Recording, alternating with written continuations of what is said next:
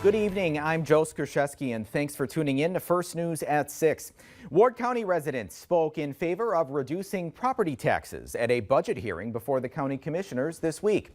Some of the speakers say property taxes were increasing too fast based on their home valuations. Others say they'd seen taxes and valuations increase more than tenfold over the past decade.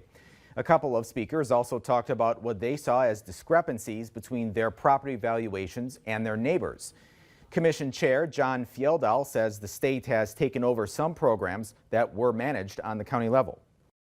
I don't agree with everything they spend their money on either. And so if we could get that comfort level to where we could eliminate property taxes and have representation locally, I'm all for it.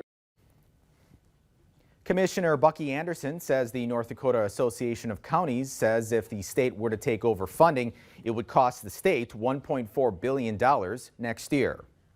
What they failed to mention was what did you spend in property tax relief, in other methods to reduce people's taxes. That would go away. The budget will continue to be discussed at the commissioners' meeting this coming week on September 26th at 9 a.m. The county auditor says the 2024 annual budget is currently at $57 million. Commissioners are scheduled to pass the budget by October 10th.